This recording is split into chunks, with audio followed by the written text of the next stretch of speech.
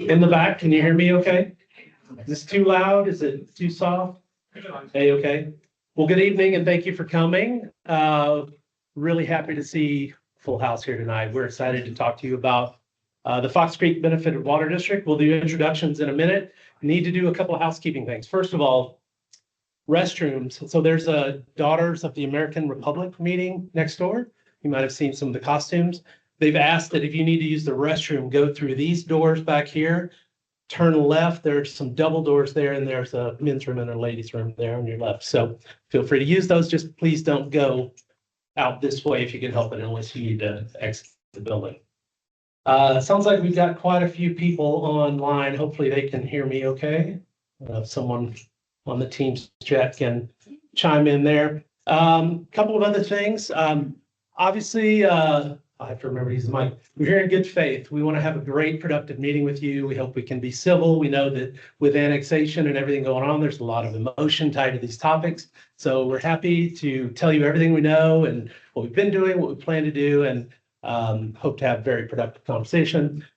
We have the meeting room until 8 p.m., which means we have to be cleaned up and out by 8 p.m. So we'll probably start winding down at 7:30. So if we're going to go quickly, we want to touch all the important topics. So don't hesitate to stop us if something needs broader discussion. But of course, at the end, anything we don't cover, we can follow up with after the fact. And we can have other meetings. We can do, online, Zoom, Teams, we can do more. So it's not the end of the world if we don't cover everything tonight, but we're happy to follow up again in the near future. As you all are likely aware, we solicited questions from all of you recently, and we've received quite a few of those, and we did our best to aggregate those. So the slides that we're showing here tonight are responses to all the questions that you all submitted to us. So more than likely, the hard-hitting stuff that all of you are interested in is going to be covered in these slides. So as we're on a slide, if there's, if we can move on to the next topic and you find that we didn't cover something off, certainly interrupt us and ask us. I don't know if I'm going to use that. Can you still hear me okay? Feel free to interrupt us and we'll be glad to answer questions. At the end, if there are any other topics that we just haven't covered, certainly ask away and we'll do our best. There will be no voting, no decisions being made tonight. This is purely discussion. The meeting is being recorded, so just so you're aware, there are people online and of course people all over the world hopefully viewing this. So we have an agenda. Again, not going to dwell too much on this. These are the topical areas that we compiled based on the questions that you have. I'm sorry, I'm sure most of you probably can't read this in the back. We'll be happy to share this after the fact. There's not a lot. The questions are on the slides. The answers will be delivered orally. So there's not a lot that you necessarily need to see on the slides. But again, we'll do some introductions and we'll get to the Q&A at the end. Quick point before we move into the introduction. So we've identified, and I think everyone would agree, that our communication with the broad district has been poor, to say the least. Our website, frankly, is terrible. We own the fact that we need to do a better job communicating with all of you. We've got a new website in the works. We've got better, broader communication tools in the works. So all that is to say, there is a sign-up sheet. If you hadn't seen it, that's not us trying to track who's here. That's us wanting to better communicate with you. So if you don't mind and would like to submit your information, please do. We'd love to email you any updates and other things we'll have. That new website will also have texting capabilities. So as we have any boil orders or things like that, we'll be able to more promptly and efficiently notify customers of that. So more to come on that. For now, my name is Brian Van Hooverswin. I'm the newest of the three trustees. Ken Tao, who is present, was formerly on the Board of Trustees. He retired and I was appointed, if you will, to take his spot. So I'm the newest of the group. I joined in January of this year. So I'd like to ask Randy to come up and introduce himself. And we're going to turn it over to Scott, who is the president of the trustees and who is really the technical mind behind a lot of this. I'm sorry? Use the mic. We're back here. It's still hard to hear. Hopefully this works. Is that better? All right. So we'll let Randy introduce himself, then Scott will move us into all of the questions. So again, we're going to move quickly. Raise your hand, shout out whatever you need to. So Randy. My name's Randy Leventhal. I've been trustee for a couple of years longer than Brian. And my background is business owner, operator. I just retired as 40 years with the Urbandale Police as a police reserve officer. So I got a pretty well-rounded background. I've been doing a lot of the email stuff, and we're working, like Brian said, the new website's going to be like night and day compared to our old one, and we'll have blasting capabilities, texting.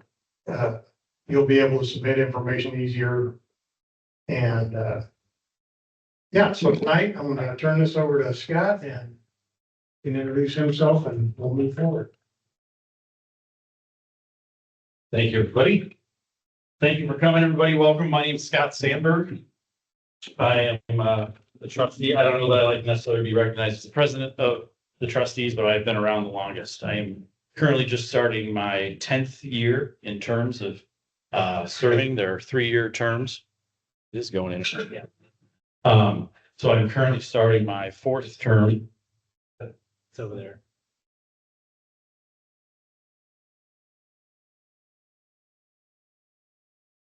Okay, let's try this. Oh. Currently starting my 4th term. My background and experience is in environmental health and science. I've been doing water quality testing in the state of Iowa for over 20 years. I'm a graduate of Central College and Des Moines University. I've worked at every level of government, city, county, state, and federal, dealing with watersheds or water quality to some extent. When my wife and I moved to the Fox Creek neighborhood 10, 11 years ago now, I initially got on, served on the HOA, and had some conversations with Ken about what this district was and the potential and what we had as a resource in our water supply. And I decided to run and become a trustee. And ever since then, I've been working really hard to supply clean, affordable drinking water for each and every one of you. And we have been working very hard. And we have a lot of things that we've done, and we're going to go over those and address some of the other things. Let's start out with studies. Grab a couple others here. There's a lot of talk about studies. I'm going to start out with the original one from 1983, which laid out all the specifications for the homes and the connections between Fox Creek and Napa Valley. Then on to 1997 with Howard R. Green putting in our second well. That's the 10-inch well. We'll talk about that in a moment. Then 2006, 2007, City of West Des Moines Water Works, we were having more conversations with the Fox Creek neighborhood. We were also wanting to build a tower at that point, got pretty far down the road. Then again, the city kind of scared them off and they stopped that project.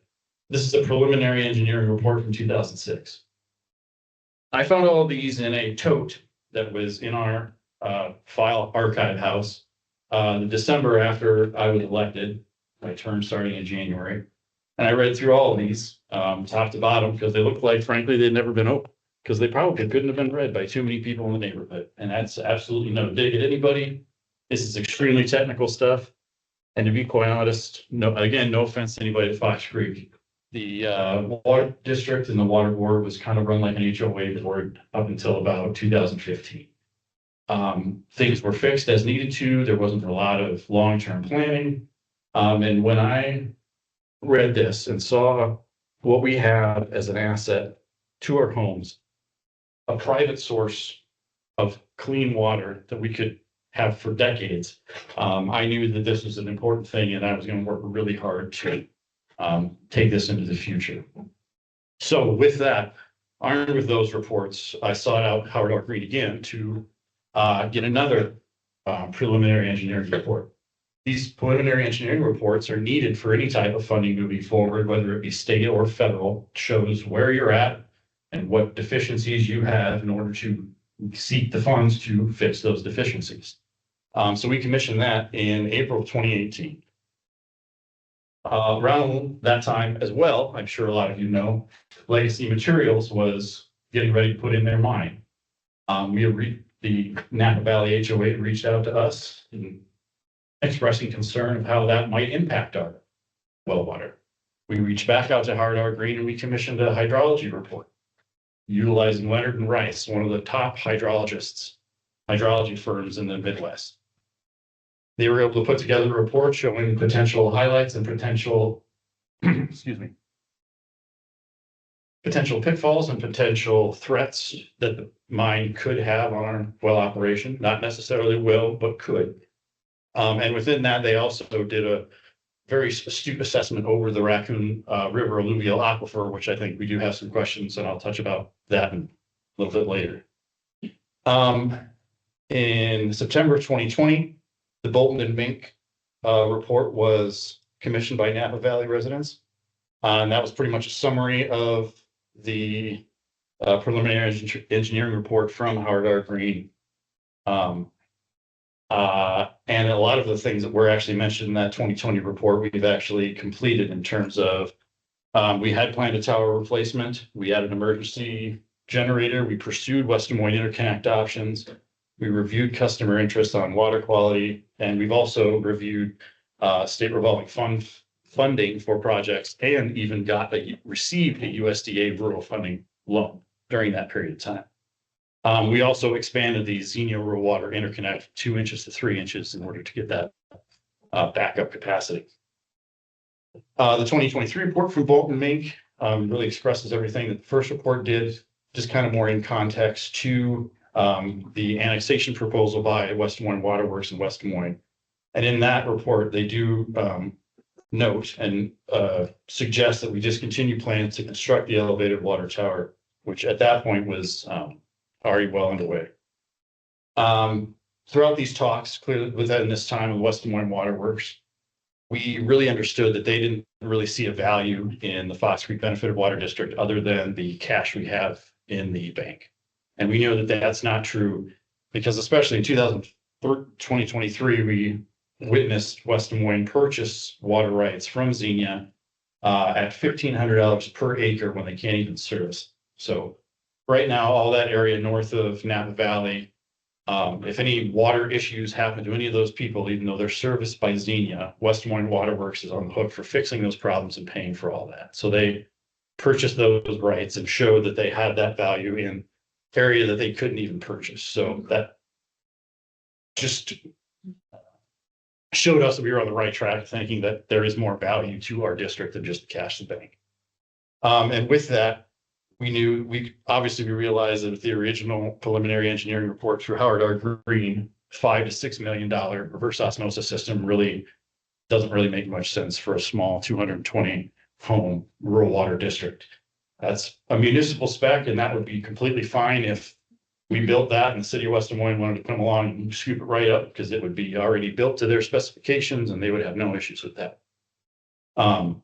But we don't need that, and that's not very fiscally responsible to work on. So we reached out and we were trying to find local engineers to provide us with a more conservative, more scaled approach to solve the engineering problems that were presented in the preliminary engineering report. And so we were able to find through Raftellus, actually, one of the presidents of Risk, who used to work for Mr. Jerry Hartman, who we were able to find, who only works through word of mouth. And he was able to provide us with a management consulting report, much more scaled, much more in line with the type of dollars we need to spend to remain with excellent water quality and security into the future. So we'll start with questions about the aquifers and the wells. Everybody still hear me okay? Did I see a hand come up for a question? Sorry. I think somebody else had a question, but I have a question too, if you could go back. Prior page. Can you elaborate on, I'm not sure I follow under the Bolton and Mink report? Yes. 8.4, it says specifically leaves out nitrate readings. Oh, yes. Can you talk about that a little bit? Yeah. So in comparison. Like about. Yes. Sorry. Sorry, for the benefit of the people online, would you just mind restating the question? Yes. In the slide, it says specifically leaves out nitrate readings from West Des Moines Waterworks, as well as Central Iowa Waterworks impact on future water supply agreements with West Des Moines Waterworks. Sure. So in that Bolton and Mink report, and even in the new one, when they were comparing water quality in terms of dissolved minerals, manganese, iron oxide, they specifically listed nitrates for the Fox Creek Benefited Water District to show, and even commented that it was actually very low. Considering the area that it is in, it would be expected to be much higher. When they presented you with the further down the water quality reports from the city of West Des Moines, they conveniently left nitrates out. So they were not showing you one of the most important contaminants, especially in modern times. So just something to keep in mind that in looking at the reports. Additionally, this was also made before the creation of the Central Iowa Water Works. So now, West Des Moines Water Works and every other municipality no longer owns their source water or their filtration. So that is all now owned by the Central Iowa Water Works, and all the municipalities are in the business of distributing water. So the West Des Moines Water Works is in the business of distributing water to residents of the city of West Des Moines. I think that's important to keep in mind that like as we're seeing with the lawn watering ban, that is not a supply issue. That is a quality of supply issue. And that will always be a problem for West Des Moines and Des Moines moving forward. They will be, anyone who is within a member of the Central Iowa Water Works will be at the behest of that organization, and one more layer of bureaucracy. Is that, Thank you. yeah, it is. Doesn't that blow the credibility of the Bolton Mink report right out of the water when they conveniently forget to talk about nitrates? That's not for me to say. They're extremely well known, very important engineering firm. So I think that is, I think it was more important in this report that they were identifying the hardness and that sort of quality issue. I think that's where they were going for, because our water is very hard. I'll tell you, our water is extremely clean, but it is very hard. I'll admit that. And we'll get to why in a little bit. Anything else? Okay, aquifers and wells. We're gonna run through some of these. Sorry, Yeah. could you restate that last question? Oh, I apologize. Since they're not comparing nitrates to, for both, utilities, does that not, poke some holes in the Bolton Mink report? So what is the groundwater supply situation today and in the projected future? Wasn't the addition of the sand and gravel well mine near Boonville expected to change the projections? I'm going to run through a couple of these because I can group the answers together on a number of these different questions. Nowhere in the report is anything mentioned about the two aquifers Fox Creek Benefited Water uses. We are being told by the HOA board and water committee that one of them has failed and the other one is about to fail and outrun its expected production life. What does failing and anticipated to fail soon mean? Excuse me. What is the expected remaining functional lifespan of the aquifer currently in use? Boring a new watering source is too expensive, we are told, and due to legacy materials property, there is no options for a new water source. Has any testing been done to estimate the remaining life of the wells? And are both wells 3 and 4 currently operational? And if we've had issues with one, could it be replaced if capped? Would it be interference to present additional wells without obtaining more? So my answers to this will be a little long-winded and sort of around, but just so everyone's edification. I think there was some confusion about wells and aquifers. We feed our water from the Raccoon Alluvial Aquifer. That is the same river aquifer that West Des Moines and Des Moines Water Works pulls out of.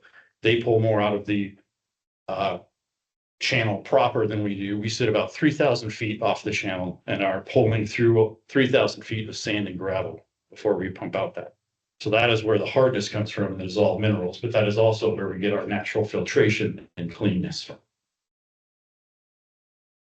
So in terms of where our water comes from, Raccoon Alluvial Aquifer, like I said, the alluvial aquifer is the floodplain within a valley of a river.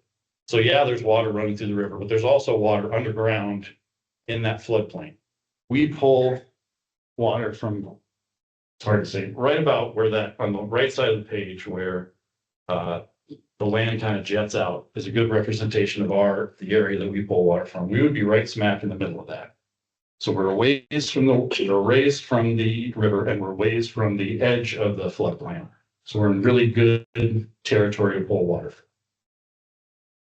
These are the active public wells in the lower Raccoon River. Who's presenting? Do I have a cursor or? I'm on Teams. Oh, okay, I do have a cursor, sorry. This dot right here is Fox Creek Benefited Water District well. These wells here are the West Des Moines LD McMullen. And these are City of Des Moines downtown floor wells, all pulling from that Raccoon River alluvial aquifer. These maps indicate the left is called hydroconductivity of the water underneath the ground. So that's where the water is moving the most.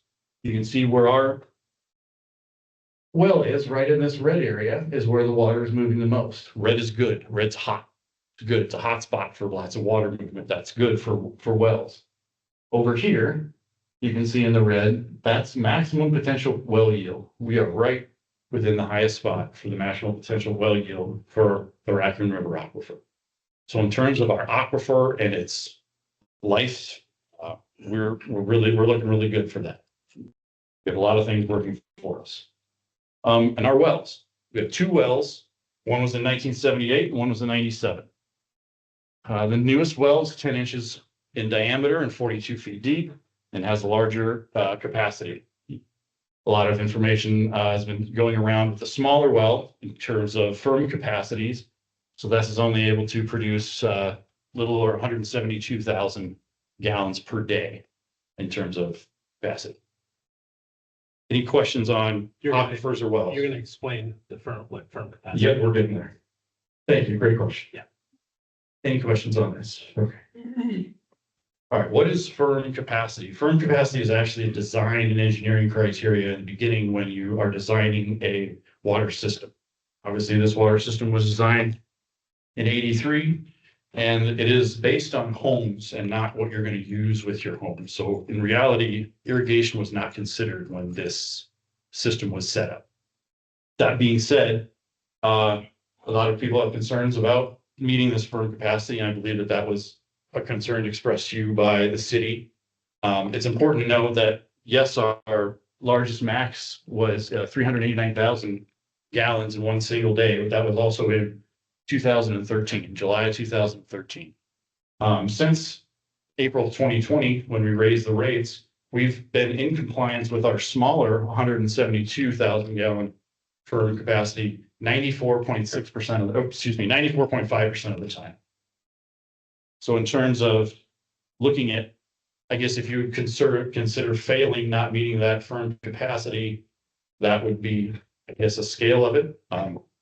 We were a little stumped on what fail or failing means because none of our equipment is currently failing. It is aging and it is old, but it all works properly. In terms of wells, if we have, the question was asked, if a well went out today or if a pump went out today, what would happen? Well, we would grab a pump that's on the shelf and put it in the hole and continue on. That's happened. Yes, and that has happened actually twice since I've been trustee. And it does not disrupt water service at all. Additionally, other failures that we have had while I've been a trustee are in our filtration vessels, poked a hole in the leak. The hole was fixed and we replaced the vessel. No service was disrupted, especially in Napa Valley. Actually, in my 10 years doing this, we have had 20 disruptions in boil orders, all of which have only affected Sugar Creek and Fox Creek, all of which were directly tied to road work and expansion for City of West.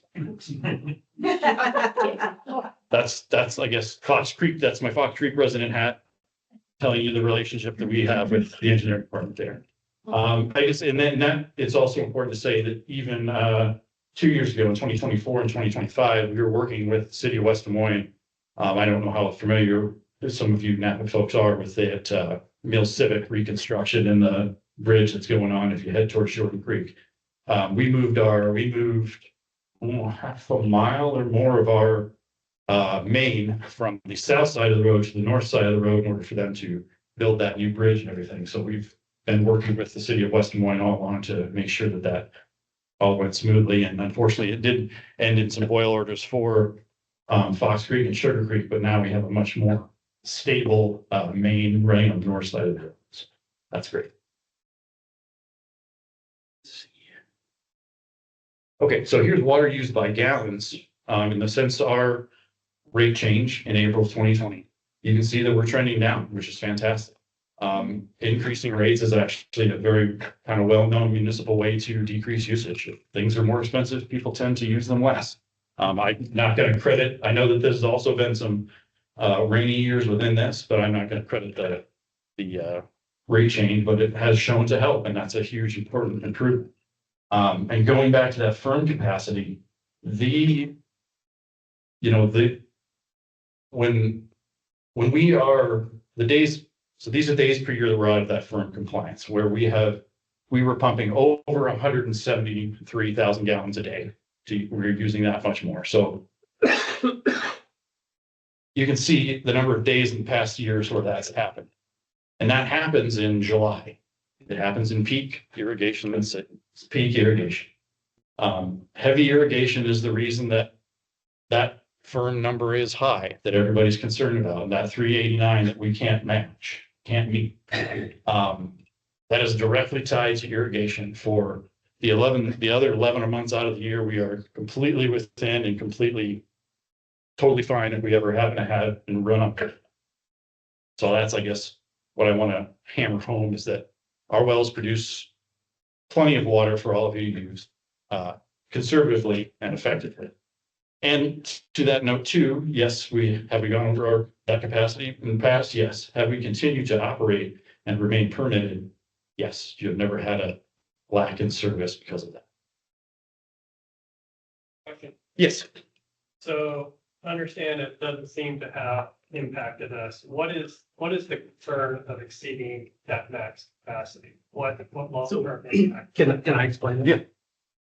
So, And if Just a little you more- restate the question. yeah, so what does this mean, right? It's basically, what does firm capacity even mean effectively, and what's the concern? Was that your question? And what's the impact of having gone over, 30 days a year or whatever? Yeah, so basically what firm capacity is if you're on your smallest well, do you have enough capacity to cover off the largest day usage in the history that you can go back to?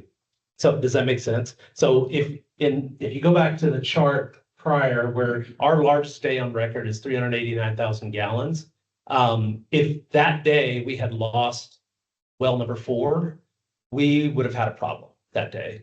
Now that doesn't take into account water that's in the standpipe. That's strictly based on the amount of gallons that the well can pump. So this is not punitive legislation. The DNR is not calling us saying you're out of compliance. There are no penalties. These are things that they track. You can go out to the DNR's website and see the firm capacity for performance of any entity, water district throughout the state. This is a design and engineering spec.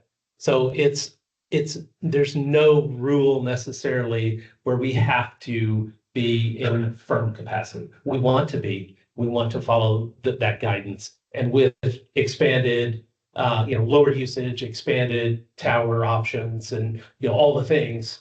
If we can get, we're down to what was last year, three days of non-compliance. That's pretty darn close to being in compliance. So it has to be a perfect storm of pump being down, usage through the roof, everybody's irrigating their lawns. It's a worst case scenario kind of situation. But there's, the DNR, as Scott said, we're fully permitted. There've been no permits pulled. There've been no,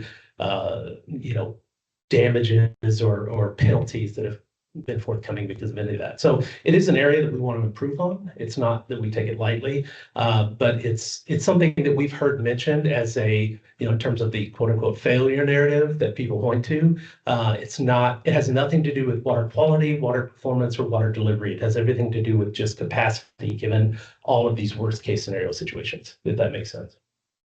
Did I answer your question? Yes. Thanks. Okay.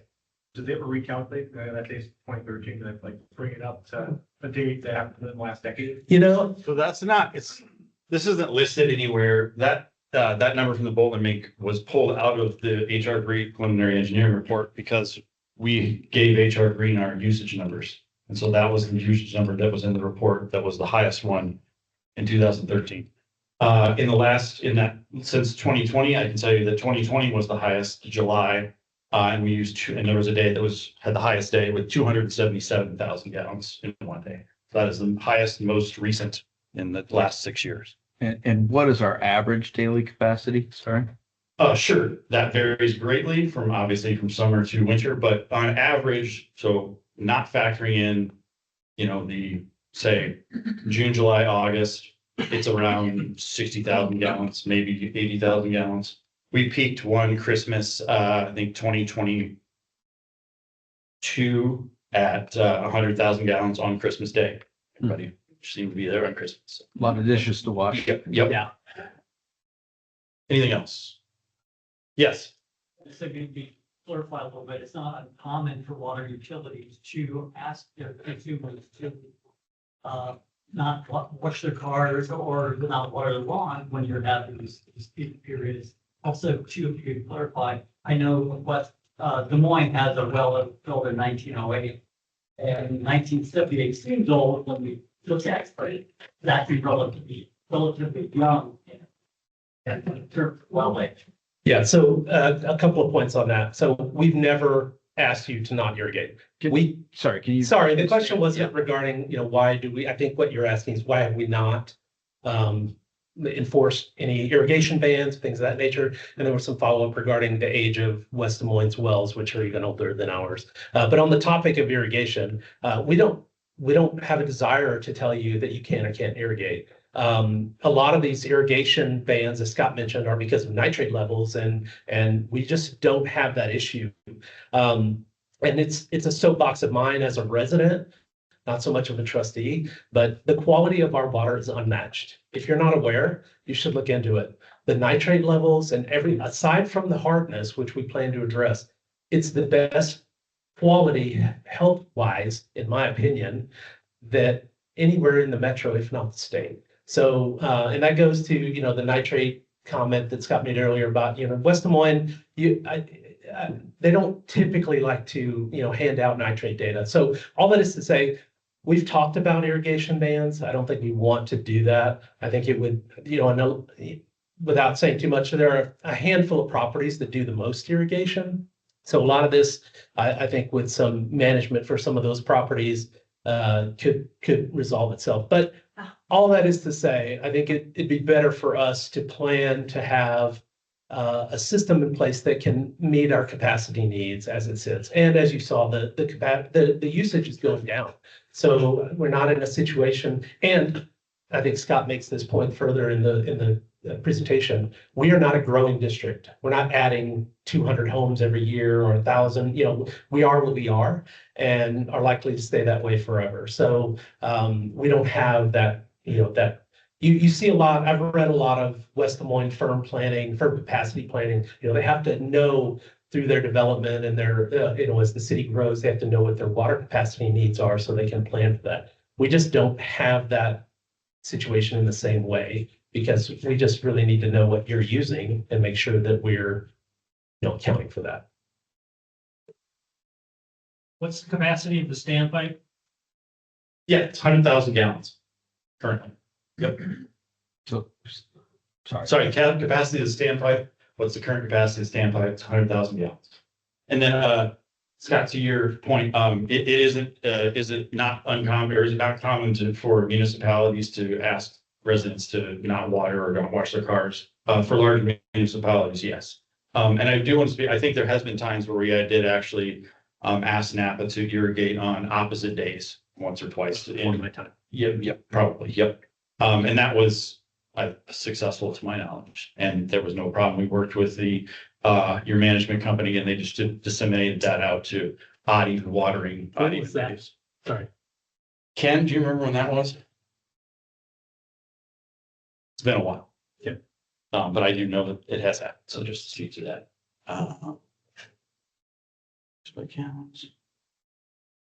Okay, ciao. Does refer, again, I'm gonna read these questions and kind of tie up some things as we move along. Does refurbishing the existing standpipe change its capacity? If yes, to what extent? How often has the standpipe reached concerningly low levels in the past? The planned replacement would have addressed water pressure, capacity, and appearance. How will refurbishing the increased water pressure or capacity? The replacement would have increased capacity from 100,000 to 250,000 gallons. Why is improved capacity no longer being addressed? how did you arrive at $80,000 cost estimate? If the bid packages are finalized after July 1st, 2026. What is what all is entailed in refurbishment and this cost estimate? It seems as though it is cosmetic only. Why is the water tower not painted and kept up as it has always been? Why is the replacement tower started in 2022, 23, being recommended or secondary structure been deprioritized? Won't putting a liner inside the standpipe reduce its capacity? And one of the common areas of annexation includes the standpipe. Would annexation of that land in West Des Moines cause any issues with its maintenance? Okay, so first I will address the existing standpipe and what rehabbing that would look like according to, I just had a conversation with the tank folks today. So what rehabbing would look like is first it would have to be taken out of service. So it would have to be empty. So we'd have to solve that problem of how to get a water tower or water pressure without that in service. It would include, he described it as like a crawling, grinding robot that basically crawls up the inside and grinds up all of the calcium or deposits. This is a glass line. It's called an aqua store. So it's a glass lined tower, which for all intents and purposes is essentially like a giant water tower, a giant water heater has ceramic glass line on the inside, so it doesn't rust and it's completely sealed. But it does get, as we all know with water heaters, mineral buildup on the inside. So this would take all that off. And there's also a seam sealer that they said that they would put on the inside. That seam sealer would also be done on the outside. There is a special refurbishment process for the exterior coating that would take it back to look like day one. So it would take all of that because it's explained to me the blue coating is the ceramic coating. So there's just a sort of a light film on the outside and that would get ground off so that you wouldn't see that streak. I also learned, which I actually didn't know, the leaking and the streaking has been caused by freeze thaw and ice within the tower. We knew that we do get ice in the winter times. Obviously, some of you have seen the ice issue a few years ago. But obviously those that you can't see, we don't turn over water enough in the wintertime. Like I said, 60,000 is actually pretty large in the wintertime. So we're not lowering the tower or even really kind of budging it so that it does get an ice cap on the top. And obviously ice expands and so pushes on those seams. And then not only that, but as the water level goes down, that iceberg can scrape along the sides of the interior of the tank. Actually, I think it's better if you're closer this way than. I won't be able to get that. I don't can't. Oh, we can, yeah, you stand wherever you need. Yep. In terms of microphone? Yeah, I think. Okay. So actually last Monday, we had the tower inspected with an ROV. We'd actually been on the list to get it done since last fall. They're a very specialized, very busy company, so we just now were able to get it done. And we have the report, we can provide that after this.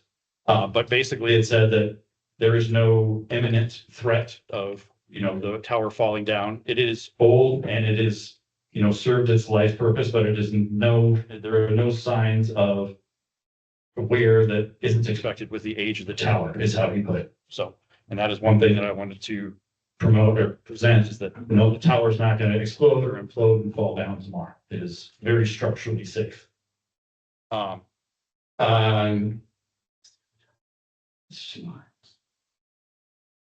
yeah, okay, so, and then they gave us, so the refurb tower, that would cost about $150,000 is what they ballparked. I don't have a specific quote, but that is what the gentleman told us for that. So that is the refurbing if we choose to, refurb the tower. Is there any questions with that? Scott? So the refurb is about 100 to 150 grand. Correct. And the company that does this, were they structural engineers, determined that there's nothing wrong structurally with the Yes. tower? Yep. They They are. were, yes. Sorry, can you restate his question? Yes, they asked if, Scott asked if those are structural engineers and if they agreed with that analysis that it isn't going to fall down or implode. Sorry, what was the first part? Just clarifying, 100 to 150 grand to refurb. 100 and cost 100 to 150 grand to do that. Yes, correct. How long would it take? Um, Repeat the question. Yeah, how long, thank you. How long would it take to refurb? Actually, that is a question I did not ask. I can get it. And for whatever duration it is, what's the practical implication for us not having a water tower or standpipe? Right. My guess is, I do know that before what they've done is bring in a couple like semis for storage, basically. And then maybe like a assistant pump to get the pressure in that interim. But the way, I will get an answer on how long it will take, but the way he made it sound, it didn't sound like it takes all that long. For what that is, I can't say. Okay. Anything else on that? Okay. Okay, the 2020, 2023 new tower project timeline. From the beginning of the preliminary engineering report that we commissioned in 2018, a new tower was always part of the plan. The tower that I picked out was more of a traditional type spheroidal metal tower. And that was the engineering that was sort of planned from day one when we commissioned Howard R. Green. In August of 2020, we received a USDA rural development loan for that water tower up to, I think, 1.5 million for that loan, or I think it was 1.2 million for the loan, and then we would use reserves on hand to cover the remainder of the balance. That estimated cost, you can see a little later, is 1.5 million. We had our annual meeting, open the budget or open bidding.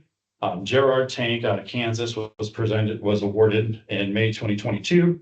And then also at the end of May in 2022 was the first meeting that the trustees or anybody has had with the West Des Moines City and West Des Moines Waterworks. That was kind of the first sit down of, they invited us to sit down as a fact-finding mission is what we were told.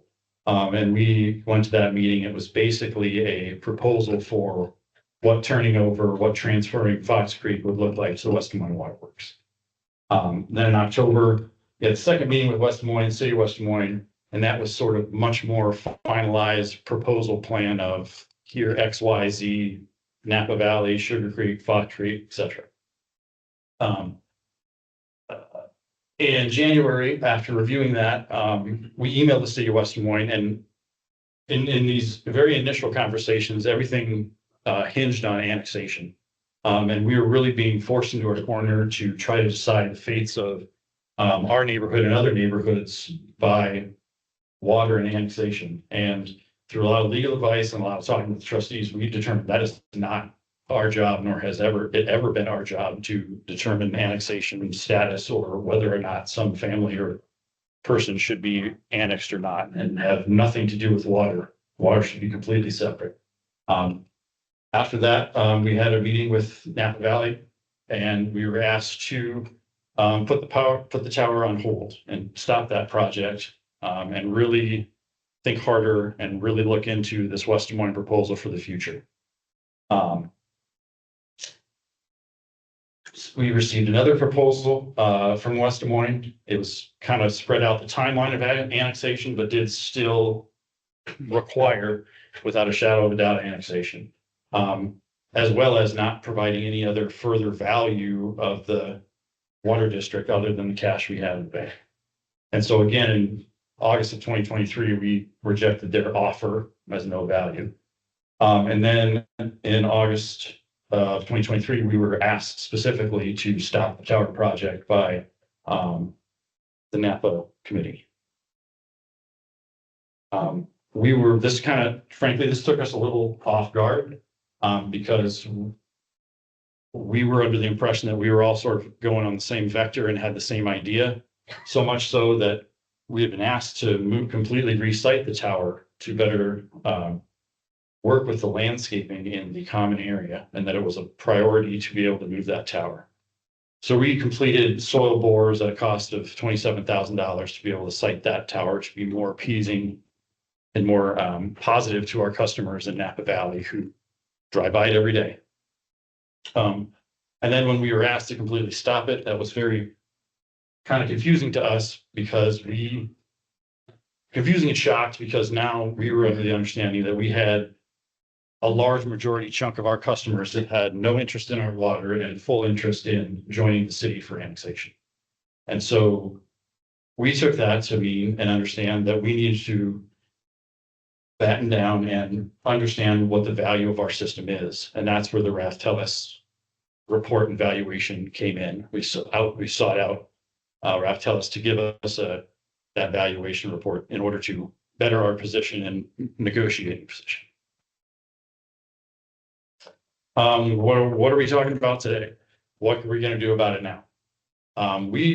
Because I also want to make it clear, we are never opposed and not opposed to building a tower. I already had a phone call with my bank last week, and in terms of getting the USDA loan that we already had, we can certainly do that. That's a pretty easy, straightforward process. I guess now that we have everybody in the room, the bigger issue is, what do we want to do? We were under the impression that we were all moving forward with this water tower, and then we were asked to stop. And we were under the impression that everybody wanted it stopped. And then we stopped it. And now we have people telling us, well, why aren't we building a water tower? So this is kind of where we're at. And now we're ready to build a water tower again. We're ready to give you better filtration. We're ready to do whatever you want to do. Can I add a couple things? Yeah, please. On the topic of West Des Moines, we, after the Raftellus valuation, we also approached them with a concept of, we have all this cash on hand, we have all this value. We'd be willing to have an open discussion of transitioning the district to you if you contractually obligate yourselves to provide us with infrastructure improvements and things of that nature. Refuse to even have that discussion. So my argument, and speculation on my part, is that I don't think there's any realistic expectation that West Des Moines would take control of this district and magically the infrastructure would be improved and changed. I don't think any of that would happen. I think there's been some annexation conversations specifically for Napa Valley around, routing around certain types of things. But generally speaking, there was zero interest in leveraging our funds and our infrastructure towards any improvement for the sake of the district. So in my opinion, as stewards of the district, it's our duty. I feel duty bound to do what's proper and honorable for the district. And just handing over a bank account with infrastructure that's not planned to be improved just wasn't me being a good steward of that district. Now, I think I think we were completely open to having conversations, but there just was no negotiation to be had. So I think at this point, we either refurb what we have, we build a new tower, but we're committed to operating the district moving forward, unless you have any additional things to add. Yeah. No, you go ahead. Yeah, so question from one of the online participants. Can you clarify whether the funds, whether grant or loan or however, for Napa Valley, is that still in the possession of Fox Creek? No, we do not currently hold that loan anymore. No, we held it for quite a long time while we were discussing that, but the end of 2023, we actually closed that loan. And we drew down, I think, $80,000 as a cost that we did have to end up paying to the tank company because we were that far down the road. So we paid the tank company $80,000 for their preliminary and engineering work before that. But it could be very quickly brought back to. Yes, it could be very quickly brought back to life. Yes. Could you identify what improvements were requested of West Des Moines that they didn't consider? So the conversation basically went like Sorry, this. So the question was, what improvements did we identify to West Des Moines that they didn't consider? The conversation effectively went like this. We've got $1 million in the bank. We've got a valuation of this district that looks like XYZ. We would like to work with you to come up with a plan that, as part of the transition agreement, provides updates to the district. That's all of the district. That's not just Fox Creek. That's everyone. And it was basically, no, not going to do that. But what upgrades? That's what I'm trying to get. We didn't get that far because we were asking if we could work with them to identify and based on our own, basically come to an agreement as to what. I don't think we were asking for, we hadn't got to the point where we were negotiating the terms of that deal. We were just strictly asking if they'd be willing to go down that path, and the answer was effectively no. I think the dollars in the bank for the thing that's both the largest, I think is how that, and so the dollars in the bank were being allocated, earmarked in their proposal to pay for those Western regional hookup fees. That and not direct applicability to the district. So what we were asking is just simply, if we're gonna give you this money, it needs to be earmarked for use within the district and not just go into your general fund. Yeah. I'm still trying to clarify. So were the improvements that you talked about related to all the areas? Because Napa Valley doesn't have, as we've talked to, there isn't that much in way of improvement. I know there are different size pipes throughout the system. In Sugar Creek and Fox Creek potentially, and there's some other things. That's what I'm trying to identify if they're specific related to everybody being the same or different from what? Sure, no, it would have been any and all of them. So if you had issues I know there was a question with one of some individual about pressure in Fox, in some of the back end of Napa Valley. I've been looking through the map, a new main could run to connect and give you a better loop and give you better pressure. I mean, in addition to a better tower, but just looping, adding some piping to loop systems and giving some redundancy. These things were never on the table because that wasn't even a conversation they wanted to have. Scott. The money, the cash that Fox Creek had, that the water district had, was not intended to go into the general fund. That was to waive the connection fees of everybody in the entire Fox Creek Water District. Yeah, not true. Should they join, should it be acquired by West Des Moines. So that's benefit was to every member of the water district, that their $3,800 hookup fee would have been waived under West Des Moines plan. You were in the room. Yeah. I'm just trying to. So he's saying if they took the district and took the cash, that they would use that cash to pay for the connection fee. Oh, yes, okay, yes. Not the connection fees, the connection fee, the $700 fee, that was waived on their behalf, but this is the regional connector fee that is the per acre charge of $3,500, I believe, per acre. And our $1 million would cover that charge is what Yes. That's correct. That is absolutely correct. Not the connect fee. Not connect fee. The resident would still be. All fees. No, all, The 700 and. yeah, the 700 was waived. The $1 million just happens to add up to the connection fees from everybody. Yeah. Right, what does that regional connector fee get? Do you know? What do you get for that? $3,500. Yes, everybody pays it back to the one when they join the system. The situation is unique because we're an existing development.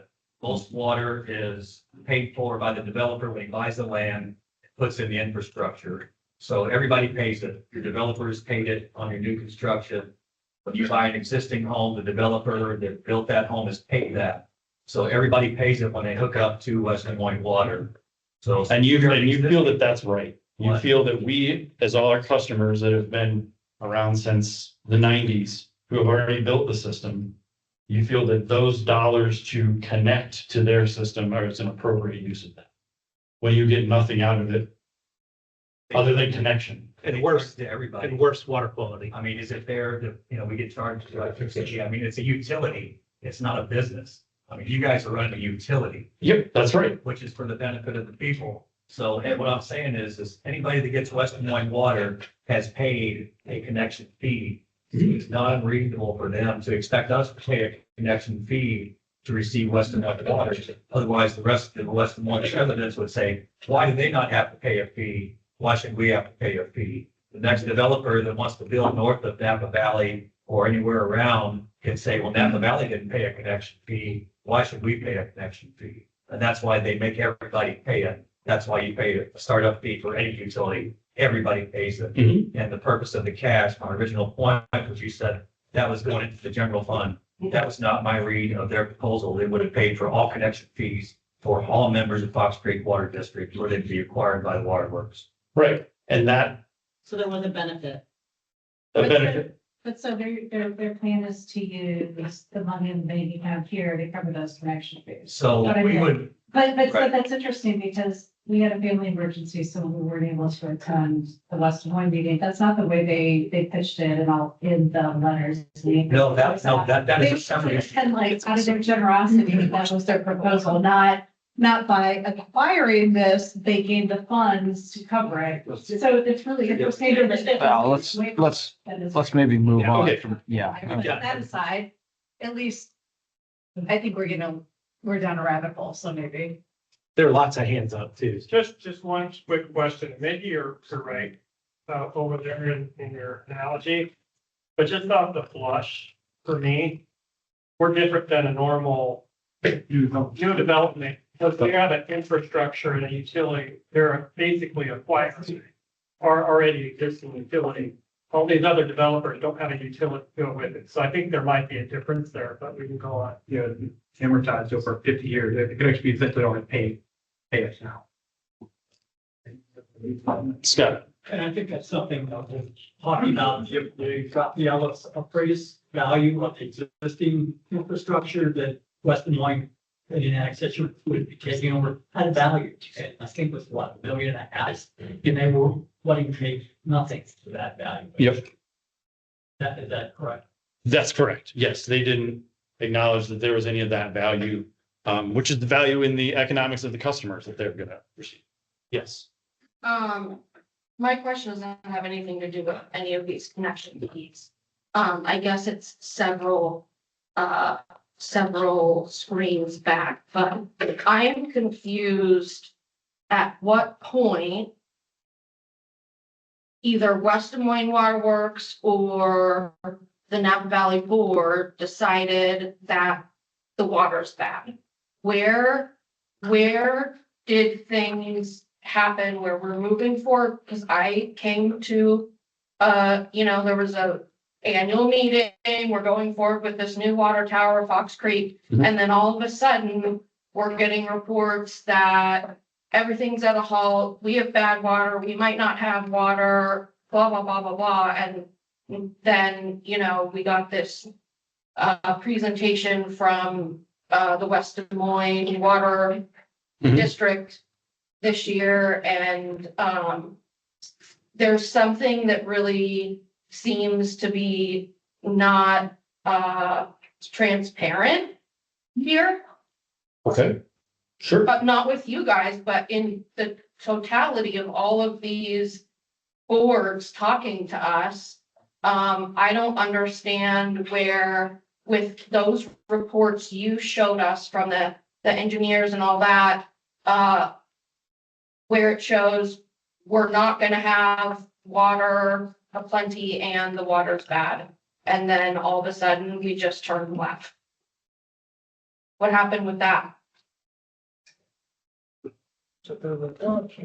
I think that this is a political issue, and I think so this goes back to my opening slide, that we have done a terrible job of communicating directly with all of you. We, in many cases, have been dealing, with HOAs and committees, and a lot of times the information that we share doesn't always trickle down. We are going to fix that. We are going to communicate directly. That's why we're here. We've made every bit of data that we have available is available to you publicly. You ask us for it, we will give it to you. It's regardless of what it costs to connect to West Des Moines, regardless of any of these things, if you're like me and the value of the water you drink is the quality of the water you drink, then why would you want to pay more to be on a service that has more layers of bureaucracy and a lower quality to begin with? So in my opinion, that's why I'm steadfast in my plan to follow up and keep this district running. We are flexible. We have the capability to sit down and have a conversation with you. I ask you to go have this conversation with West Des Moines or anyone else and get as much transparency as you're getting out of us. So the idea here is we can't speak to what you've been told or what information has been disseminated to you. All we can say is we've done a terrible job of doing that ourselves, and we're going to correct that. Were you guys approached by West Des Moines people to come to your meetings, or our board to come to your meetings? That I'm aware of, we've not been invited to any Napa Valley meetings. No, I was asked if you guys were approached and you guys denied us access to your meetings. We have an annual meeting every year. No one ever shows up. Now, we do a bad job of communicating those dates. We're gonna do better at that. So there is an annual meeting that we just had one in April, and there were three people there. So we would much prefer to have a meeting like this. This is call it a part 2 of our annual meeting effectively, because we wanted to do it better. So West Des Moines has approached us. The problem with West Des Moines is they don't want to budge on their offering. They don't want to see the value of the district the way we see the value of the district. We don't see the outcome of quality of infrastructure, quality of water, or any of that being improved by them taking on the district. And if our goal is to try and provide everyone with the highest quality water at the most economical price, we're going to continue to do that. And we're not failing. The firm capacity is an issue that needs to be resolved, but it's not, as a narrative, you could call that a failure if you wanted to, but, we've never claimed to be perfect. All we can claim is that we're committed to improving it, and we're committed to working with you to do that. Now, at some point, someone's going to be unhappy because the decision isn't going to be unanimous. So at the end of the day, we tried to work with West Des Moines. Our attorney, the Napa attorney, we spent more money on attorney's fees the last 2 years. They could have probably been saved had we just sat down and had conversations. But I think that for me, the bottom line is that there are certain people, I think, that wanted annexation to happen. And there was a narrative created around this failure narrative, as we call it, that then became what everyone seemed to start hearing. And that's why we're here. So if you're aware of a failure point and you want to point it out to us, we're happy to go down that rabbit hole. Part 2 of my question is, when the West Des Moines Water Board people came to speak with us, they seemed to hone in on this idea that if you guys were not going to be able to continue to provide us water, and that somehow it just stopped, that they were not obligated to step in and kick in and get us water. So what's this scare tactic, and can you debunk it The emergency. for people in the room? Yeah, Sorry. yeah, so that, what is the scare tactic being used, sorry, my brain's processing. So what happens if there's some unanticipated incident that Fox Creek suddenly cannot provide water to the district? What's the backup plan, and Right. how does that come into action? Sure. Okay, so for that to happen, all of the wells would have to go down, all of our pumps would have to go down, physically fail because we have a emergency backup generator down there. And then the tower would also have to simultaneously fail. Then we would, because the tower would probably be leaking, so we'd isolate the tower, then we would turn on our Xenia rural water connection while we would be sending out alerts, both via email, and then we have some new systems in the works to send out text messages saying, reduce your water usage, or we have this issue that you wouldn't be without water because we still have our Xenia rural water connection. Can it support us on a July when everybody's irrigating their lawn? Absolutely not. Can it support everybody at 5 o'clock when we're trying to live our lives and get home from work? Absolutely. You might want to explain a little bit more about that emergency connect and then like how long that lasts and. Sure. Oh, yeah. So the emergency interconnect with Xenia rural water was put in 2012 as a 2-inch emergency connection just to the north of Napa Valley entrance. That was in regards to, I think we had previous years, when it was heavy irrigation, so we had high demand, and it was recommended through the DNR that we get that interconnect. So we did get that interconnect. As we've been having these conversations, when the conversation about what happens if we fail, that was a concern. And so we approached Xenia Rural Water to enlarge it as much as we can. It's a 4-inch main from Xenia Rural Water coming in. They just design engineering, for a connection, they didn't put a full 4-inch. We have a 3-inch connection now, which is for emergency times. And so if we have any issues, we'll go and we'll open up the Xenia connection. Go ahead. If we had to go to that emergency 3-inch connection, Mhm. would we notice any difference? Would that be able to supply our tower and we continue with water? Would we notice something or would it be like, You would probably have lower pressure, yep, but you would still have water to do things. And so we addressed whatever issue was, That's when an irrigation ban might come into play. Right. There would be measures. something like that. flush toilets? Yeah, and something like that. I mean, if we had two wells fail, like I said before, we have one pump on the shelf, we would replace it and get that pump up and running. Even if the tower was also failing while that pump was running, that pump would basically, we would function more like a golf course. Couple questions here from those joining online. Sure. First question, does the Napa Valley Tower supply all Fox Creek water recipients or just the Yes, Napa Valley? does the tower service the entire system or just Napa residents? Services the entire system. Okay. Question about the water district meetings. Water district meeting question. How will water district residents come to learn of those meetings Yep. moving forward? They're always posted on the website and they're always published in Dallas County Times. And they are done specifically that way in the April meeting because we have to abide by Secretary of State rules. So as a benefited water district, we actually have the ability to assess taxes upon you. We could assess a property tax to gain more income for our water utility if we chose to. We obviously do not choose to. But because we have that power, we have to turn in a budget. We have to turn in a special budget report to the Secretary of State every year, which as part of that has very specific date and publishing requirements to get that submitted. So that budget meeting, that annual meeting always happens in April. We do plan on having more frequent meetings, especially since we have an interest in the ear and the communication now. Oh, you might need to wake up your computer.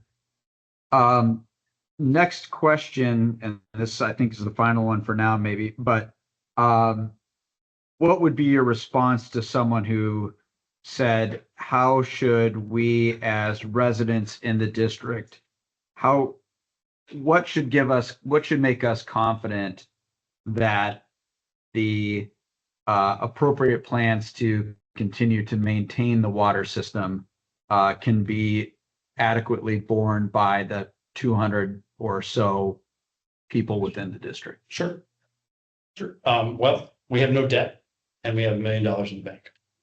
That affords us a lot of opportunities in terms, while also being able to utilize state grant funding or federal grant funding as we previously did.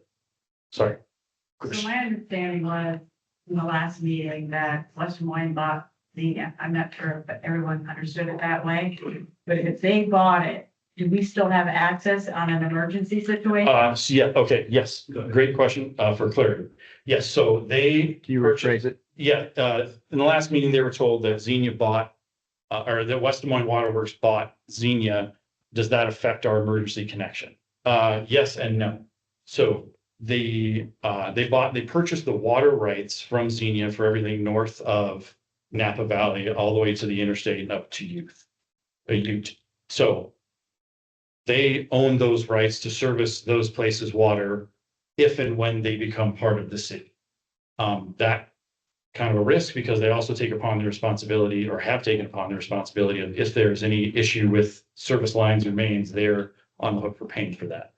That agreement and that sale had absolutely no effect on our emergency connection running up and down Ute. That is Xenia's main line. That is still owned by Xenia and outside of the Central Iowa Waterworks zone, just ever so slightly. That's good for 1 year. And in regards to if we were to have to go on to the Xenia Rural Water Connection, it is limited to 365 days of continuous use. So my other question is, and I think everybody's kind of confused, whose money is whose? Is that money that you have, is that Napa Valley, or was that always the water district? It's the water district. Yes, these are reserves from water purchases. Because as pointed out, we are a water utility. If you use more water, you pay us more. And that's water, or those dollars in the bank is specifically for use in the water district and improvements. Yes, question. I'm kind of thinking about, maybe this will move this along to where you're going, I think. But we know that the city's proposal, if they were to buy us out, is probably keep using some of our infrastructure that you own. Take the money that you own and use that as our hookup fee.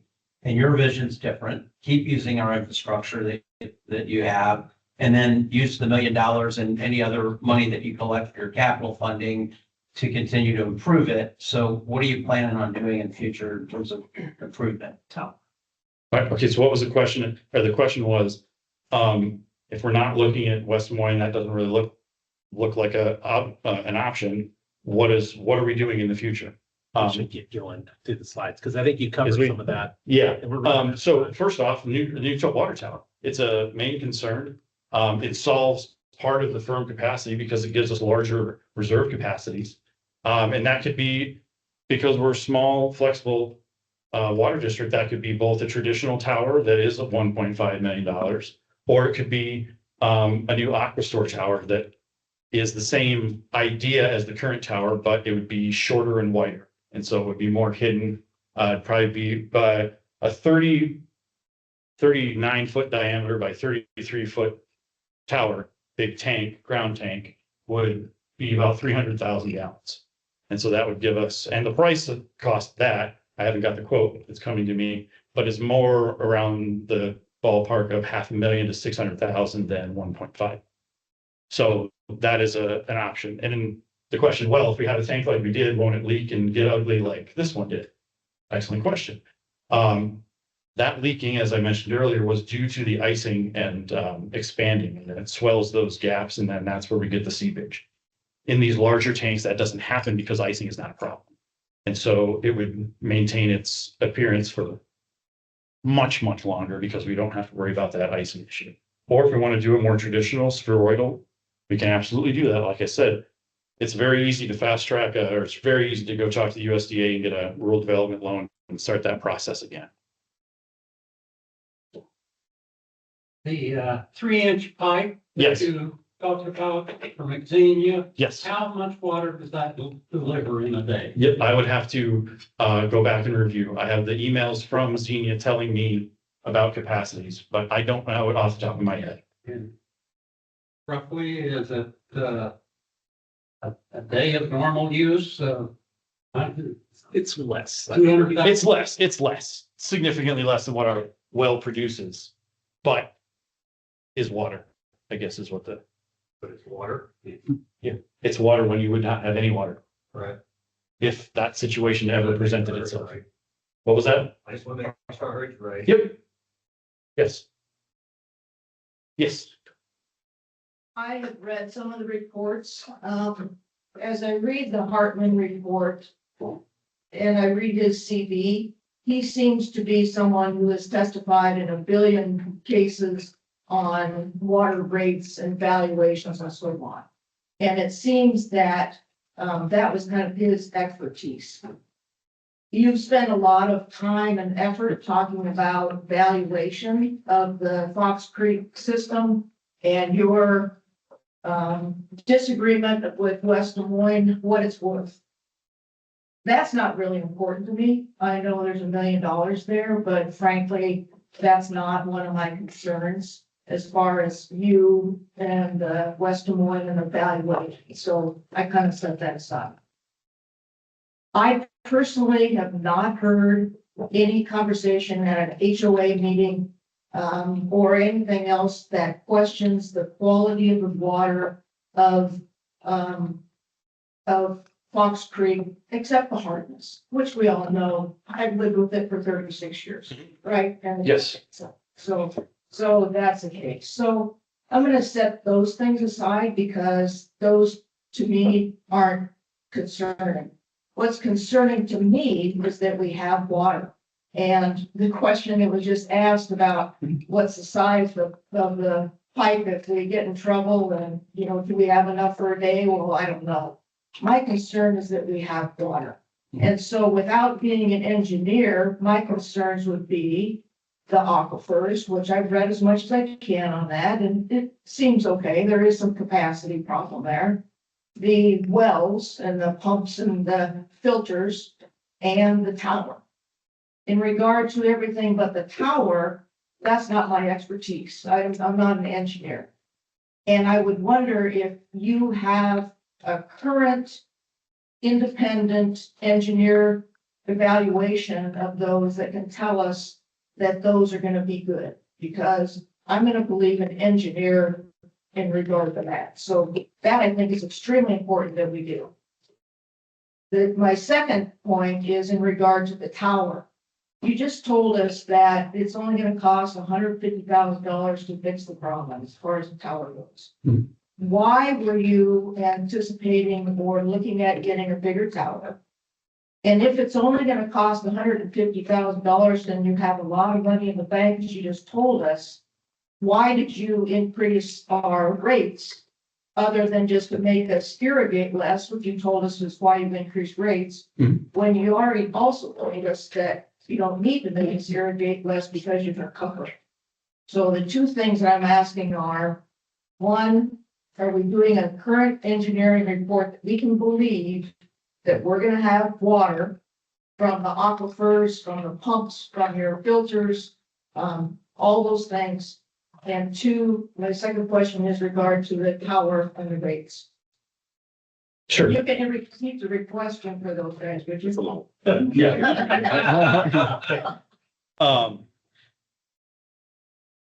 Okay. Let me address I'm sorry. So can I summarize real quick, maybe as best I can from what I heard? Question, part Okay, one. so, Yeah. where is an independent engineer to look at this to make sure what we're telling you or anybody's telling you is the truth? Is that the That's question? correct. That's correct. Okay. And you are not, and the Hartman report didn't satisfy. Was he here? Did he look at those things? Yes, he visited last summer. Okay, and his expertise is rates, is that right? No, he is a verified appraiser, but he's also a PE in, I don't know, 27 different states or something. No, he is an engineer. He was a practicing engineer, and designing water systems was his first job, I guess. The CV that you see is mostly his, I guess, post-retirement work after his large firm work. Next, I still other think question was, it would be. Yeah. Behoove us to have an Engineer engineer, report. Midwest engineer look and. Yes, Howard R. Green did the preliminary engineering report in 2020. We're in 2026. Yes, we are. And we've been operating off of that engineering report and those suggestions since then to make these improvements. And so Jerry reviewed those recommendations and engineering reports from Howard R. Green and provided more conservative size dependent options versus a municipal treatment plant that Howard R. Green designed. How about getting an updated report from Howard Green then? I think. I mean, I have no problem with that. I don't know what more it's going to tell us. Like I said, so we had the tower inspected by the tower company last week, and they're an engineering firm. They do all the engineering in-house for those type of things, and they in their engineering report. Whether you agree or not, Jerry Hardman is someone who is a very viable engineering firm with a very viable opinion. So the tower company that did the engineering review of the tower. Great Plains Structures. Great Plains Structure. I mean, it's whose opinion, I mean, how many of these do we have to go through? I think at the end of the day, the bottom line is we're considering the West Des Moines option to be null and void. We have to make a plan moving forward. We know we need to address the tower. The question is, do we refurb it, rehab it, build something new?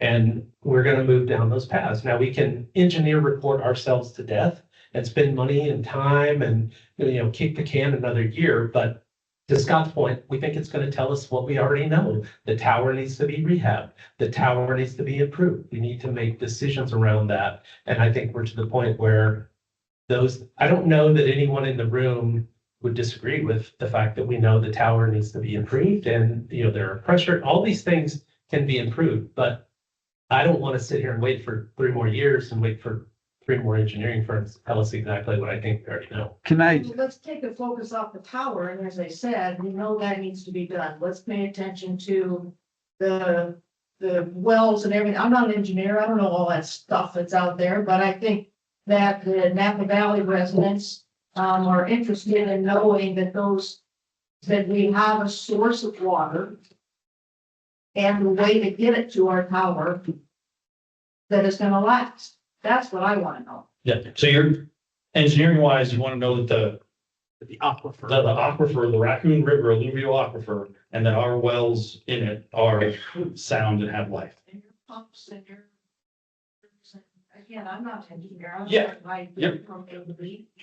Okay, how are we making sure that our current infrastructure isn't gonna immediately fail? Or fail in the next 5 years. Or fail in the next 5 years? Yes, so if we didn't have water so for our wells to fail, we would have to run out of water. The water table would have to drop below the 45, 42 feet where we wouldn't be able to draw water. If that were to happen in the Raccoon River alluvial aquifer, the entire metropolitan area would be under what I think it's level 5 water threat. It is, and that was what those slides before showed. Those slides before with the conductivity of the water in the watershed. The colors, yes, excuse me. That was from a report in 2013 that was done by the DNR to find places that had water in times of drought. So those are the recommendations for where we should be getting, the metro should be getting water in times of drought, where we are sitting right now getting water from. Okay, that's fine, but you haven't told me anything about including A and B. Okay. That's what I want the engineering report on. As in. the infrastructure or equipment, maybe? So Well, I don't know. Things can be replaced at any time. Right, I guess this is a confusing question, just because those are wear items that are maintained. Those are like tires on a truck. Pumps have, like I imported, pumps have failed. We've replaced 2 pumps since in my 11 years or in my 10 years here. It's just something that we do. Same with the filters, we redo them. We could replace all the filters and, we could double our capacity of filters. Yes, Paul. It seems to me though, and I think you kind of went over, I think Hartman reaches a different conclusion than Green did. And I think that's kind of what the question was. Those reports do not seem to be consistent. Now granted, what we got is Quality and the other ones. it's not very detailed. Yes. It seems like they reach different conclusions. And how do you reconcile one conclusion, which the local firm that you said is reputable? Yes. The Bolton Knight did not do they basically reviewed what was shown. But they said the conclusion the fees were reasonable. And so that's a question that I don't think got answered by just saying, well, we had hard to look at it and we're going to go with hard. Certainly, yes. To be inconsistent. No, great question. What is the inconsistencies with the HR Green recommendations in their report and Hartman's report, which is much less detailed and seems to be a very different direction in terms of, I believe, specifically like with reverse osmosis and the size of that. Is that what you're? Well, they had 3 solutions in there, but Yes. I'm not sure. Repairing the tower, Yes. So from memory, but I'm not sure that's a question to be answered tonight, but I think that's a question that should be on the table. That maybe could be answered by you guys in some fashion. How do we reconcile the 2 reports? I think that's a great question. And I think, as I said, we approached Hartman as that we wanted an independent outside engineer, frankly, from outside the metropolitan area, because all of the major engineering firms, including Howard R. Green, including Heath Picken, who is our engineer, works directly with the city of West Des Moines and West Des Moines Water Works. So that hurt us along the way by having such a close connection. And so we wanted the politics of that to be removed, which is why we reached out to Raptellus to sort of find I asked for a creative engineer is what I asked for in my email. I said a creative engineer to look at our system and appropriately give us solutions for what we have. It's not an engineering report, it's a management report. Recommendations for what we should do based on engineering done by Howard R. Green and Jerry was here last July, looked over our system, toured everything, and saw what the potential is and what we should be doing at our size for what resources we have available to us. Howard R. Green is also more of a municipality. Is that correct? Yes, Brian pointed out, Howard R. Green is very municipal based. And that's when we originally approached Howard R. Green and in the initial agreement, we wanted this to be a municipal level thing. So if the city of West Des Moines would come along, they would say, oh, here's another asset that we could utilize and not just push it down the road as more of a, again, bargaining chip, I guess. Here's two wells with a big municipal level treatment with a big municipal level, 250,000 gallon elevated storage tank. Yes, sorry. No problem. I want to stay on track here. Thank you. Go over, 15 minutes, all right. yeah, the traditional tower, I mean, is it gonna give us more pressure? I mean, if we go with a bigger tower, you said that earlier. Yeah, so both of these, why would we choose a tower over rehabbing the tower? Well, capacity and reserve capacity. And sorry, is it, to clarify, and this is a question from the chat as well. For the water tower, is it either or? Would there be any situation where we'd have, for some reason, two water towers? No, we would not have two, we would have two water towers during the construction of the new water tower to maintain pressure Or storage. and tower or storage tank. And then once that new tank came online, then we would demolish the old tank. Okay, thank you. Sorry. You repeat your question? Yes, I wanted you to go on track. Oh, sorry. Yeah. So yes, either or. And there was a question about the reverse osmosis, if it would be placed next to the tower or not. That would, all treatment or anything that would happen down at the well site, the treatment site. The tower site is only for the tower. You didn't answer why Sorry. you're increasing our rates. Oh, yeah. So the last time we increased rates was in 2020. Every other municipality increases rates every single year. They have to do that for their own.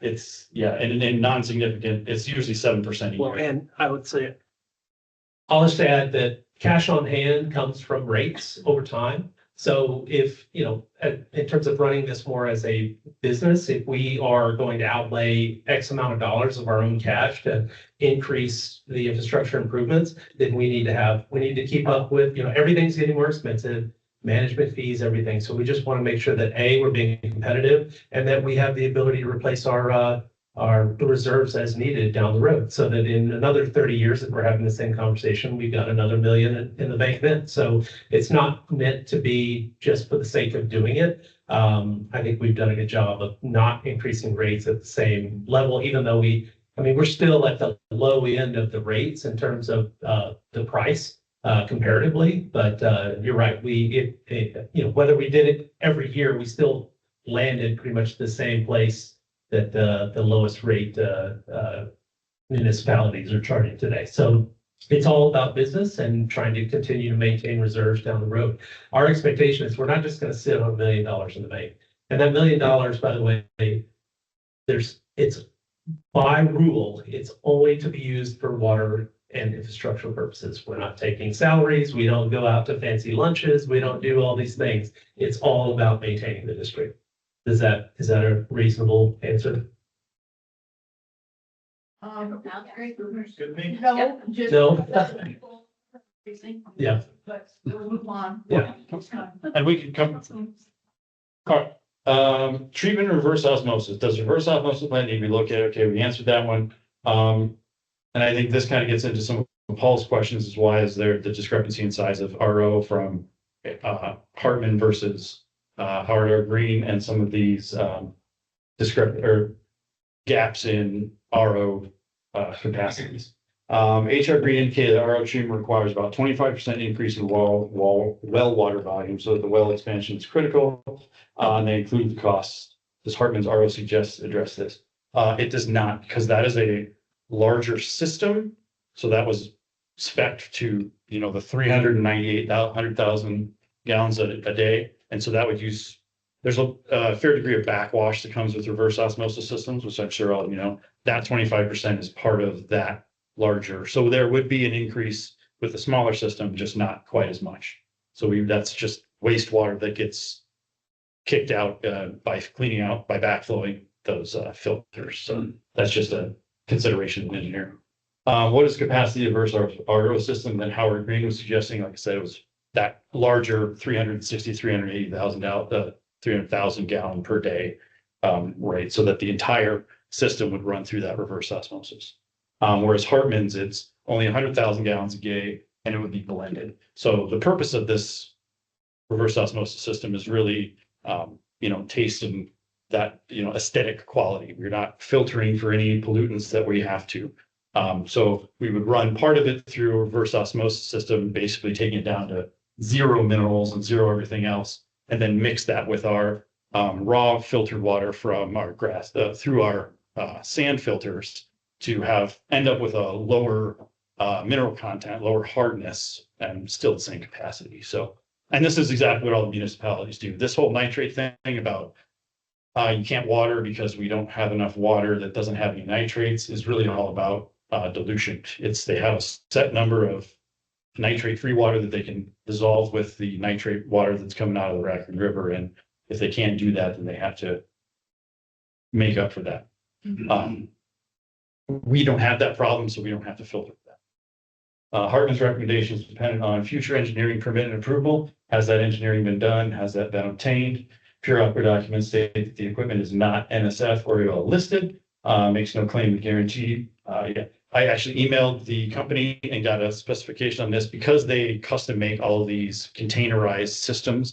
They can't say that this container that you're getting with these specifications is NSF or UL listed. All of the components, the majority of components that are within them are UL listed, and NSF listed. But in order for the system as a whole, it would have to be sent out to tested as National Science Foundation. So I know that was a concern. It is food safe and all of that. It's just they can't say NSF UL certified as a whole of the package system, only the parts.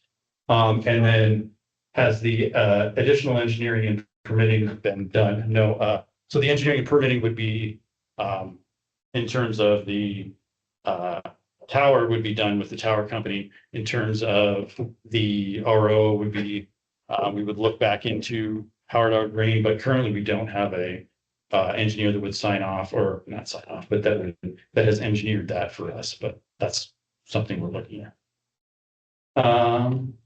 Let's go. Yeah. Let's see. Treatment is required.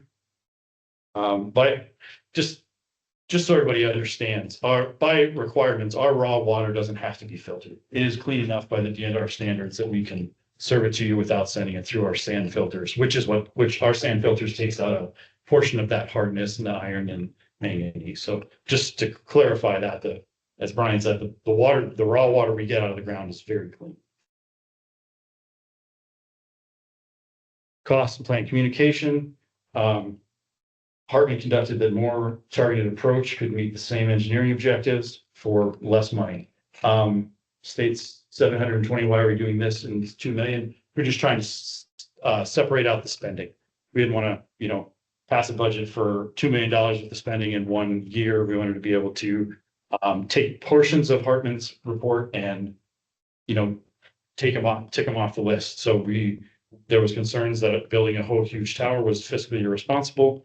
We turned our sites to treatment that would be able to be purchased with cash on hand, not going into debt. So that was the vector and direction that we took in terms of where we got that 720 from. West Des Moines were to annex us and convert the water system, would they have to create all the necessary infrastructure or reach an agreement with Fox to use existing infrastructure? That's a great question. They would have to put in their own infrastructure unless they would be interested in purchasing that infrastructure and customers from us at the designated value that it has been determined. But them putting in that infrastructure does not give them authority to serve water. No, them putting in the infrastructure would not give them authority to serve the water. So Question. on that line, we all are in agreement that we need a new water tower or something needs to happen with the water tower. What at this point is holding that up? Because even if we decided to join West Des Moines, you're still our water provider. Correct, yes. So at what point do we just go ahead and we're fixing Yeah, the water? and I think that's what we're effectively here saying tonight, is that we have been, for better or worse, been influenced by outside sources, trying to work with the communities, but we know now that the best thing for us to do, and I think I'm speaking for all of us, but in my opinion, for me, it's time for us to fish or cut bait, and I'm ready to go fishing. So it's time to decide what we're gonna do with the district, leverage the cash on hand, and build out an infrastructure that can serve us well into the future. Personally, I'm in favor of a flexible district like we have. I mean, and there, Scott, we won't have time to get into it. There are other features and benefits that we're looking at adding to the district, the value adds, the things that'll just never happen in a municipal water system. So at this point, we're just kind of frankly tired of waiting for something to happen. We have to do what we think is best for the district. And now we're saying we're ready to make a decision and move ahead. We are very interested in hearing what everyone wants to do. We know that Napa is impacted because of the cosmetic nature, aesthetic nature of the tower. So we want to be thoughtful and kind and considerate and listen to all of you. But at some point, we're going to have to make a decision. And that's, I would say, argue, we want those decisions to happen this year. So one question, we have the water tower you need, right? We have the water tower. I'm sorry, we have the property. We have the property.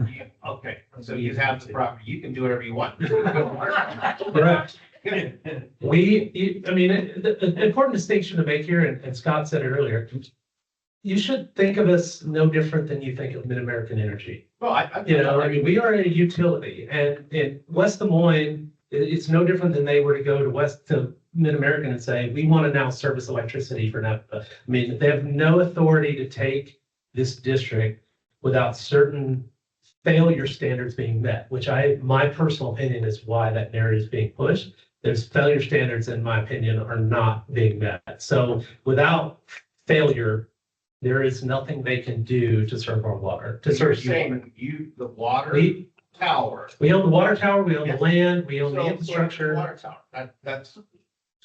Yeah, so that's what we're gonna decide. I mean, He's frankly, telling us, we're saying yes. That's what we're saying. I hear you. Yes, yes, sir.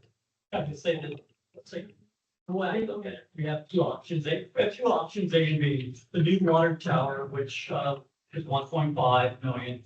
Or less, depending on which direction you go. Christian option, Plan B, which is continue less, which buys us another 7 to 8 years, where the water tower buys us another engineered. Correct. 30 to 40. So we have 5 years worth of moratorium on annexation. Correct. And we get 7 to 8 years, we get past that point by just doing refurbishing for 7 to 8 years, or we take the long approach and we go with the one that gives you a new piece of infrastructure that's gonna last 30+ years from an engineering point. Point well taken. Yes, ma'am. Do we get a vote in what option we have? No. You You do not. But that's I why will we're here. say, sorry if that was abrupt, I didn't mean that to sound rude. But find me another municipal utility that's willing to have a meeting like this and listen to you the way we're doing it. And we're also 200. I think that's fair. It's the first time in like 10 years that you've done this though. That's fair. Fair. And agreed. And that goes to my point. We need to do a better job of communicating. We own that 100%. We're your largest customer. Yes. Correct. I guess to that point, I'd also like to point out, over the course of my terms, we've worked really hard to make sure communication flows to you all. A lot of times, and we had a conversation earlier, your property management company, typically they like things to go through them. We've reached out to try to get contact and email lists from them, because we don't have emails for everybody. We obviously have your addresses. We have phone numbers for most people from Thorpe, but we don't have email addresses. The modern way to really get a hold of you fast. we had asked, we've asked every management company, that you guys have had, and they've always kind of, well, you know, we got to talk to this, and that never went to fruition. So I guess one thing that I'm asking, I'm gonna put them on spot, is if we could get an agreement where the email list that they have can be shared with us, or you as residents, please give us your email addresses so that you can stay up to date. It's important if we ever do have to have a boil order, or, you know, an announcement, the property manager or the subcommittee or the HOA, whoever is then taking that announcement, that takes the risk and puts it on you. So when you're making that announcement on behalf of that, because we can't, that risk is being accepted by those entities of, you know, if something happens, As a Stanbro Realty policy, we don't provide personal information to outside. absolutely, right? And that's what we discussed, and hopefully we can have, I think, a conversation with your HOA presidents and maybe get that. And this just goes to, we need a better website. We need to have texting and better email. We need to empower you to sign up for these things so now we can communicate directly with you. We're going to do that. Casey, yeah, go ahead. Yeah, so I mean, I've always had everybody's mailing address, so I think you could get in touch with people. You said it's Yeah. middle, like You did, three. and- yeah, yes, you did, and you did. The actual question is, you guys set out, you know, you decided in April, you're going to implement the RO system, you're gonna refurbish the tower. Those sound like decisions that are made. And now we're 3 months down the road, and the answer to what's happening with permitting, approval, et cetera, is that's still not done. So what are we looking at in terms of timeline, if this is a decision that's been made? And where are things? Yeah, well, that decision was made before we sent out the backflow testing, had a lot of feedback, and before we got feedback from your community. Can you just restate, summarize the question? Go ahead. This is gonna have to be our last question. The question is basically, we're 3 months since The 3 months since the approval at the meeting of the HOA board meeting with the RO, and we haven't done anything. We, as all of these other events, as I just explained it coming up, we really just understood now that we don't have the ear of all of our customers that we need to have. And now we're having that conversation. This is that, do you get to vote? No, unfortunately not. You are sitting here telling us your say, and this is the most info and feedback that we've had, that I've had. And you're noting that we've been waiting on the tower. As Scott said, we've been waiting on the tower, the engineering firm to give us the analysis of the tower as well, which just happened this week. So it's all fair questions. We need to fish our gut bait, and I hear you, and I think you're spot on. And we're really close to running out of time, so we gotta be done. Yes, and we will hit the ground running doing that. So, to your question about why didn't you just mail us out? My background's in public health, and when I first started on this, I actually just got done sending out surveys to dairy farmers, and I understood what, feedback and response rate looks like. So when I first got on, I mailed out a survey to all the residents, and we had 19 respondents. So that to me told me that people didn't read their mail, which is one of, again, I will totally accept that. We haven't been pushing out information through mail because we didn't assume people weren't reading it. Just paying the water bill and moving on. So obviously we can change that. Is there anything we can do in terms of scheduling a follow-up meeting? I haven't seen your slides, but I assume there's more we didn't get to maybe. Yeah, a couple more we didn't get to. I'm kind of just talking about size system. A lot of talk about third well, and we don't have room for a third well. Third well, again, really goes back to that firm capacity where if we are implementing really good water conservation, we don't have to worry about that. Yes, Scott. I think that if you go back to your slide, when we requested member of the committee, we asked you to stop the tower because in essence, you're going to spend 1.5 million for a tower, but you don't have a way to expand your wells. You're on well number 3 and number 4. What happened in the well number 1 and number 2? And how can you, since you cannot dig any more wells, our point was, if you cannot secure more land or a source to get water out of the ground, not that the aquifer is going to fail, but that you cannot dig another well, you don't have land, you told us you tried to acquire land, you were unsuccessful, many different avenues of trying to do that. If you can't acquire land to dig more wells, why would you spend $1.5 million on a tower when you got 2 wells that are X amount of age and you can't increase it? Right, why do we spend more money on a tower when we are landlocked with our wells and we can't increase that You can't capacity? drill another well. We can't drill If those those. fail, you still have a tower, and now you have 4 dry wells instead of 2. Yep, so when wells number 1 and number 2 were drilled back in the sixties and are located in Fox Creek. They are in the Mississippian aquifer, which is about 600 feet down. And those were abandoned in the late seventies because of high fluoride. Those have never served Napa Valley. Those were only of service to the Fox Creek Acres neighborhood. The way that the DNR labels it is we're the same entity. And so we now have had 4 wells over the course of our life. So I think what he's asking is. So when wells Yes, 3 and so- 4 fail and you have a $1.5 million tower, what do you do? What are the chances of the? Right, what are the What are chances? the chances of the aquifer? And if so, 30-year tower. Yep, did we, Those so, guys tower that's gonna last 30 years. right, we have a 30-year tower, but If your we're, wells fail in those 30 years, what are you gonna do? What is the likelihood that those wells would fail? very I unlikely, think that's. very unlikely. Des Moines been If- there since if it fails- 1990. Yeah, the floor downtown, Didn't somebody say that West Des Moines has a well? Yeah, the floor, okay, so downtown, the Des Moines Water Works well downtown, street floor, and most of the metro was drilled in 1909. All this infrastructure down here, Well, like yours, what? an 8-inch well like yours, I don't know the diameter of that. and let's not talk about. But the point is, age doesn't matter when it comes to wells. And I So I talked to Tom Thorpe today. We just rehabbed our wells 2 years ago. We did the acid thing. We are within 14% of the original capacity. So that is so from 1987 to 1997 till now, we've lost 13% capacity. Great, so if you build a 30-year tower and your wells fail in 30 years, what are you gonna do? Inside those 30 years. I guess what if, with the likelihood of those of our wells failing, If they fail, in those 30 years. Okay. You're a utility. Yeah. You're going to have the unnecessary and utility. You build a 30-year tower. Okay, so in, And your wells fail Yes. in 30 years. If- Whether it's like or not. yes, so in 2020, yep, Central Iowa Water Works in 2028 will put on. No, I'm gonna tell you, we've talked to the Central Iowa Water Works, we tried to get capacity with them, they have. We talked to the Central Iowa Water Works way back when, to say, hey, can we buy water from you now that you're an entity? No, we can't sell you water because we don't have any water to sell. All the water is allocated to each municipality through an algorithm. And in 2028, when Saylorville comes online, then they will have more water to provide. So They then will not sell it. do you know that? Yes, they've said that. They won't sell it to us now because they don't have the capacity. They will not sell to you because you're not part of the Central Wrap Iowa up. Water. Yeah, okay. We will,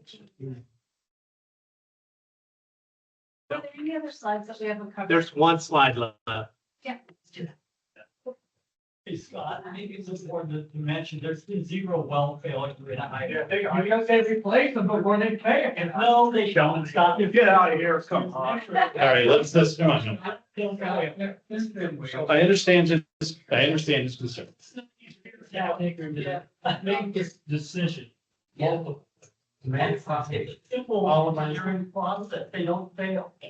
They do. Okay. We will have another meeting. Because there are clearly some concerns that were not addressed.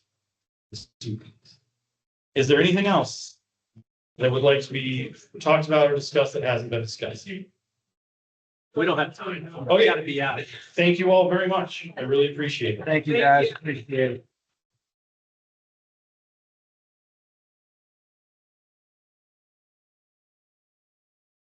Thank you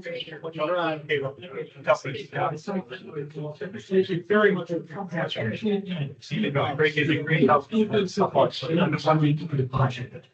you very much. Yeah, I appreciate the.